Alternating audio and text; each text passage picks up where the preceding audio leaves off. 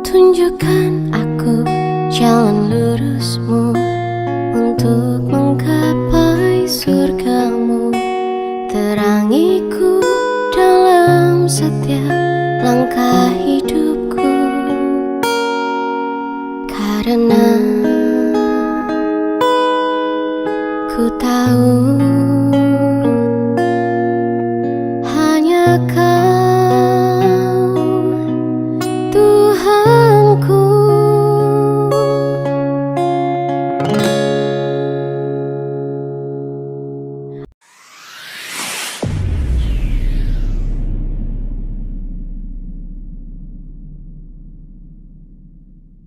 Kesalahan. Bismillahirrahmanirrahim. Assalamualaikum warahmatullahi wabarakatuh. Para payungers, kita lanjutkan pada sesi kedua. Kita akan menggali pengalaman Pak Lukman. Di samping karena ini kewajiban kita untuk mengenang sejarah masa lalu sebagai orang yang mencintai kota dan kesejarahannya, kita juga ingin berbagi pengalaman, success story dari Pak Lukman dan hal-hal yang mungkin menurut Pak Lukman belum maksimal bisa dimaksimalkan berikutnya. Karena apapun ya mungkin ada yang nggak suka, ada yang senang.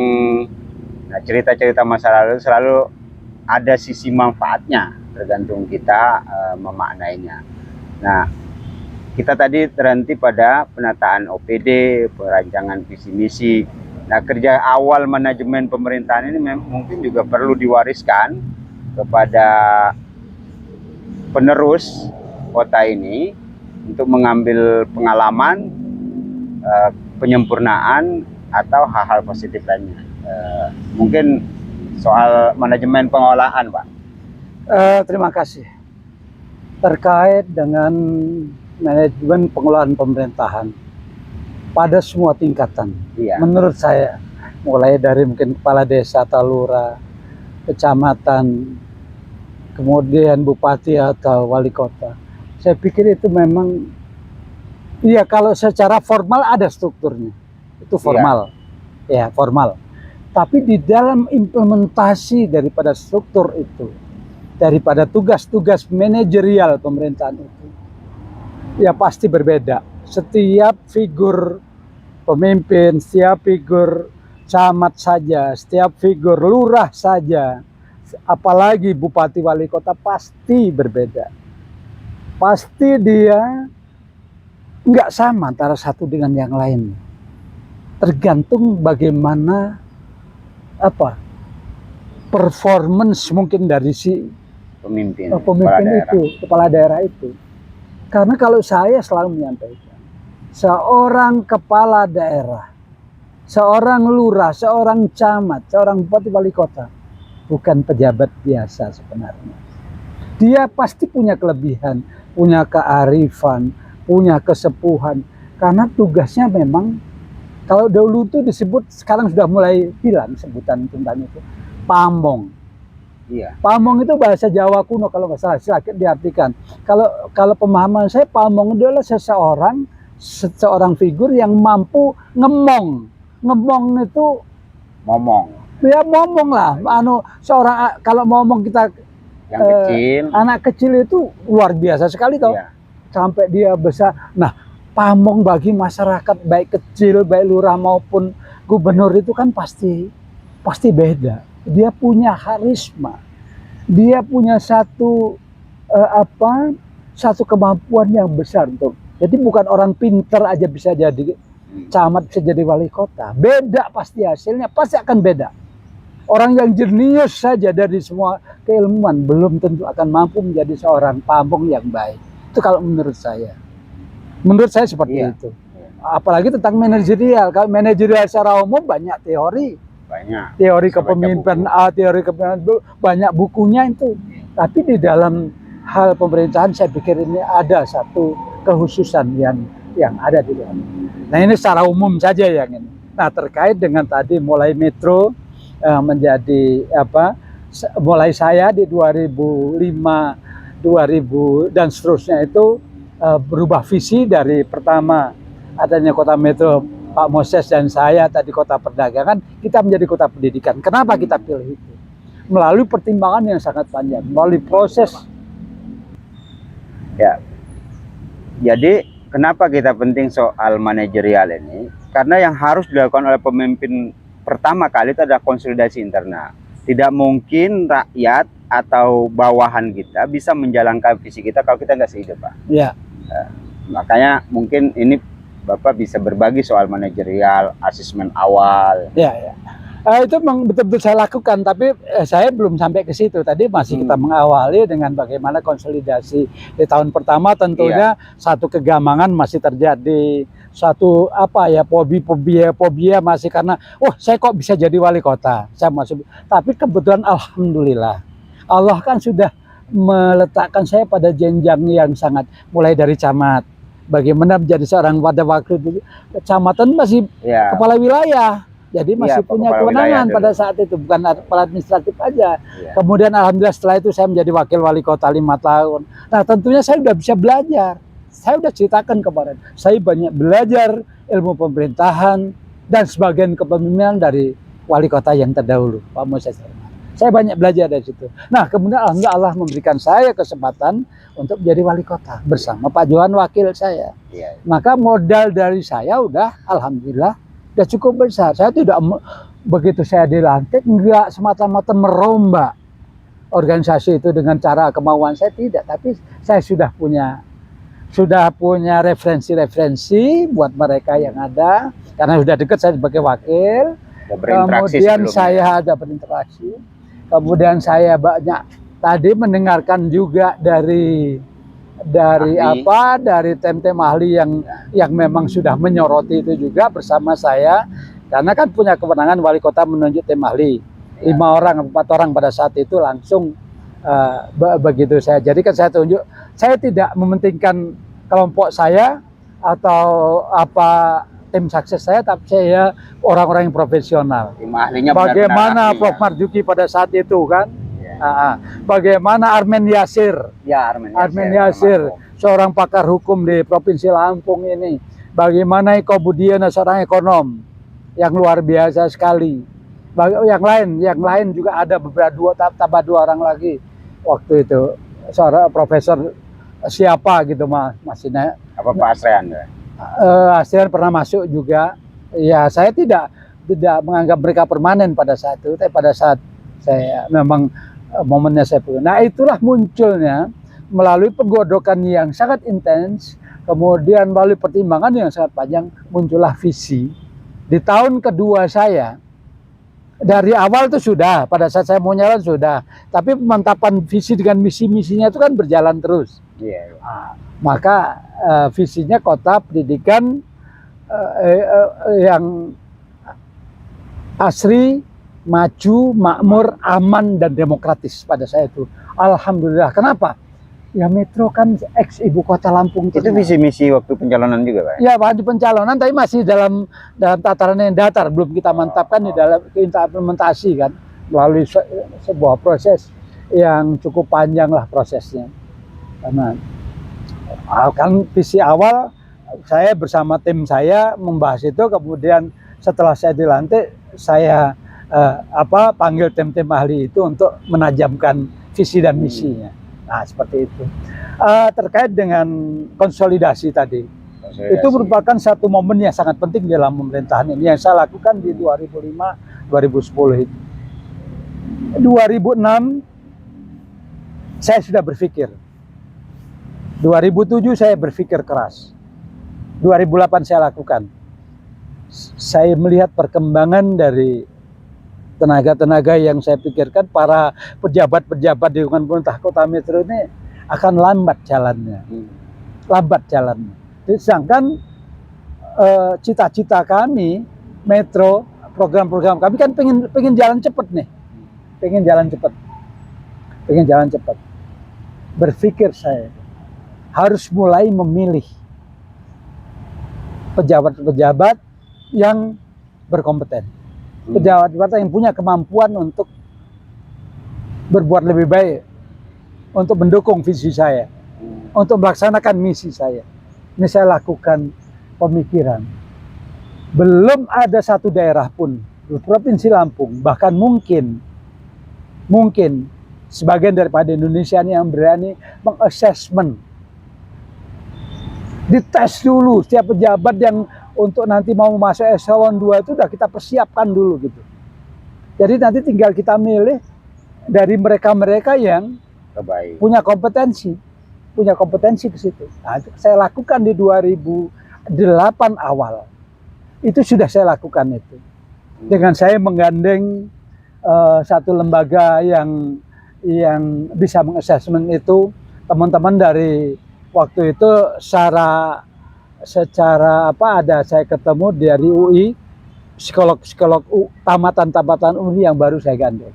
Nah, saya padukan secara teori kemampuan daripada untuk tes secara teori untuk semua pejabat eselon 3 pada saatnya atau sudah layak untuk pada saatnya nanti naik di eselon 2, seorang kepala dinas, mulai dari asisten, kepala dinas dan lain sebagainya, kepala badan dan lain sebagainya, saya assessment pada saat itu udah awal di 2008. Jadi 2005 dilantik Agustus, 2006 saya masih melihat, 2007 saya melihat, akhir 2007 itulah. Nah, ini tepatnya. 2000 saya assessment, awal 2008 saya sudah melakukan perombakan untuk mencari orang-orang sumber daya manusia yang betul-betul mampu. Bagaimana tentang dengan mendukung visi kota pendidikan tadi. Bagaimana tentang kesehatannya. Bagaimana tentang infrastrukturnya. Bagaimana tentang dinas-dinas terkait. Nah, itulah akhirnya saya memulai itu, rasanya sih mengusik sejarah lah untuk berani mengassessment semua pejabat. Bukan assessmentnya bukan model yang sekarang ini dilakukan. Fit and proper fit and proper uji kompetensi, bukan seperti itu.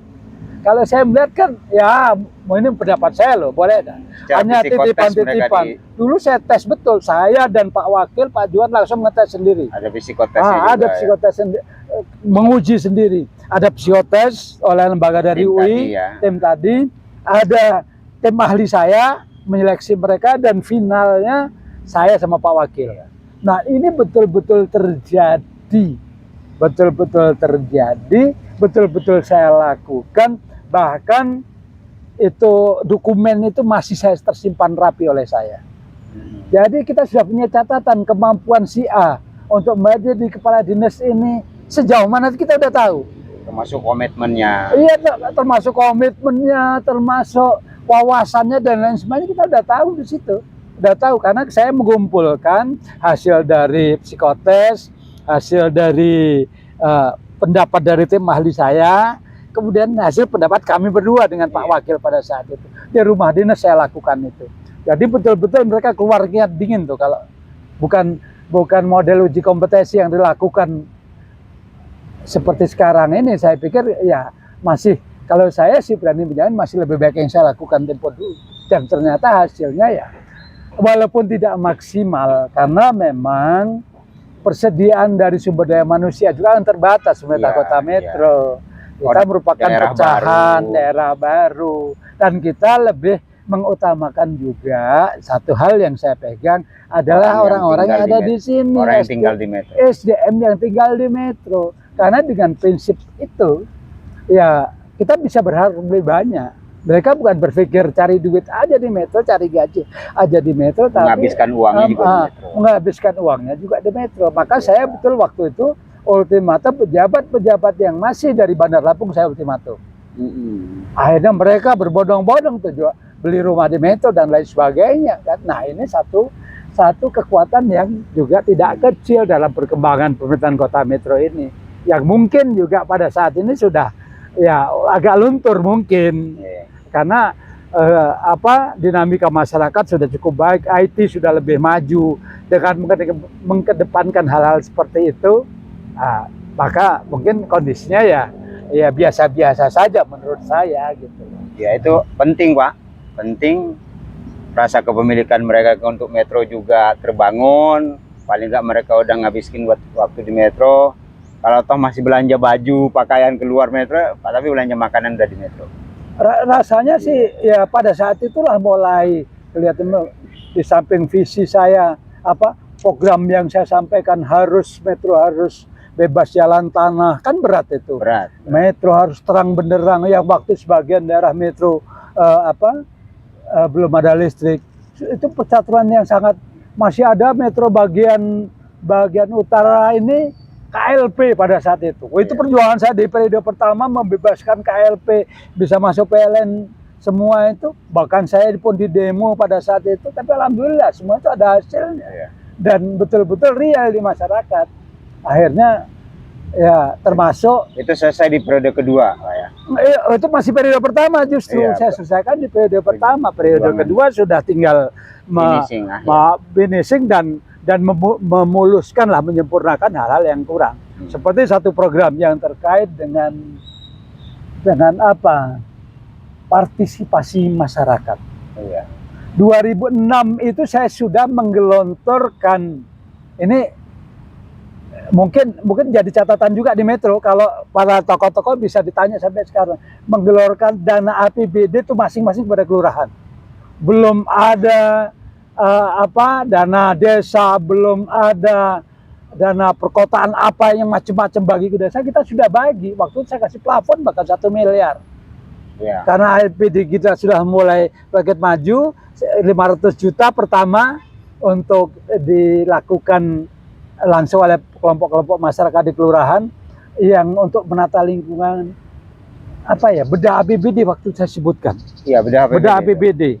Dan masyarakat berhak menyusun sendiri programnya, berhak melaksanakan sendiri programnya, dan kualitas bisa. Tapi ini juga sudah saya lakukan satu percobaan. Saya pernah di belakang Payungi itu ada Poskeskel.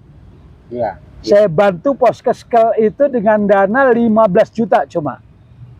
Kepada masyarakat, tolong Pak Bahmin itu, masih ada orangnya juga, bisa ditanya. Nih, Bapak ada 15 juta, tolong bangun Poskeskel. Ternyata mereka bisa bangun dengan menghabiskan dana 40 juta. Berarti ada nilai plusnya. Mereka bangun Poskeskel itu sendiri, dengan kita berikan dana hibah kepada mereka, dana plusnya ada. Mereka bisa swadaya masyarakat jauh lebih tinggi daripada dana APBD. Nah, dengan berpedoman itu saya berani pada 2006 sudah menggelontorkan dana yang cukup besar. Jadi tahapan-tahapan itu sudah saya lalui dengan satu percobaan yang cukup matang. Karena saya memang kebetulan belajar, saya nggak tahu sendiri itu, saya juga dapat dari belajar. Saya belajar dengan Bupati Temanggung di Jawa Tengah itu.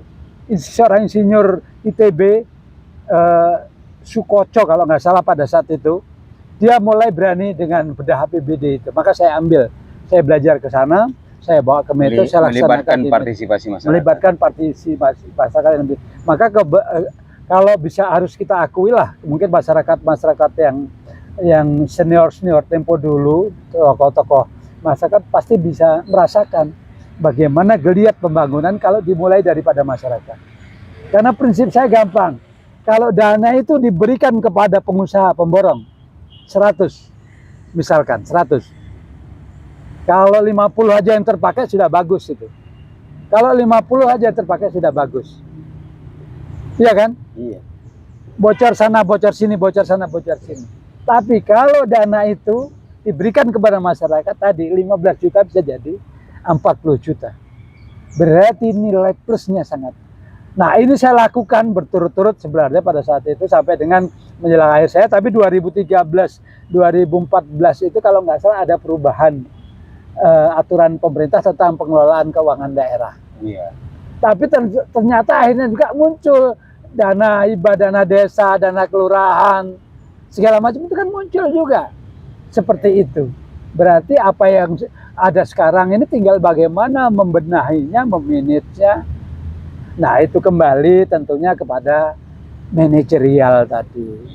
Kepada tahun 2009 saya sudah menetapkan kota Metro ini menjadi sebuah kota yang pertama di Lampung zona integritas pada saat itu. Sudah, itu 2009 sudah. Saya bekerja sama dengan KPK pada saat itu. Sudah bekerja sama. Bahkan sampai pernah menduduki ranking 2 nasional tentang kota integritas itu, di bawah Maluku sana, Bintan ya. Kabupaten Bintan. Bukan. Ternate. Pokoknya daerah Maluku sana ada nomor 1 karena memang agamis sekali di daerah itu. Metro nomor 2, bahkan Depok pada saat itu nomor 5 Pak Nur Mahmudi Ismail pada saat itu wali kota Depok itu pernah belajar ke Metro tentang kota zona integritas, penetapan zona integritas ini. Nah, inilah yang mungkin satu tolok ukur bagi kota Metro, sejarah kota Metro yang mudah-mudahan sangat berarti bagi pemerintahan saat ini. Memang mengelola kota tidak boleh sembrono, tidak boleh asal-asalan, harus dengan satu konsep yang matang. Konsep yang matang, kuncinya saya selalu menyampaikan, perencanaan sebuah pembangunan kota bobotnya 50% daripada berhasilan. Kalau perencanaannya bagus, hasilnya akan bagus. Tapi kalau perencanaannya amburadul, hasilnya akan amburadul. Ini udah pasti ini. Jadi saya berharap betul ke depan kepada semua lah, khususnya kota Metro, kota yang saya cintai, saya sayangin ini, mari kita benahi perencanaan supaya menjadi baik. Mau apa? Kota yang sudah seperti ini mau jadi apa? Kemudian nanti pelaksanaannya mengacu kepada kondisi yang ada, situasi yang terjadi di sini, dan aspirasi daripada masyarakat. Ya, itu obrolan awal kita. Poinnya adalah gagal merencanakan berarti merencanakan kegagalan. Saya pikir terima kasih. Assalamualaikum warahmatullahi wabarakatuh.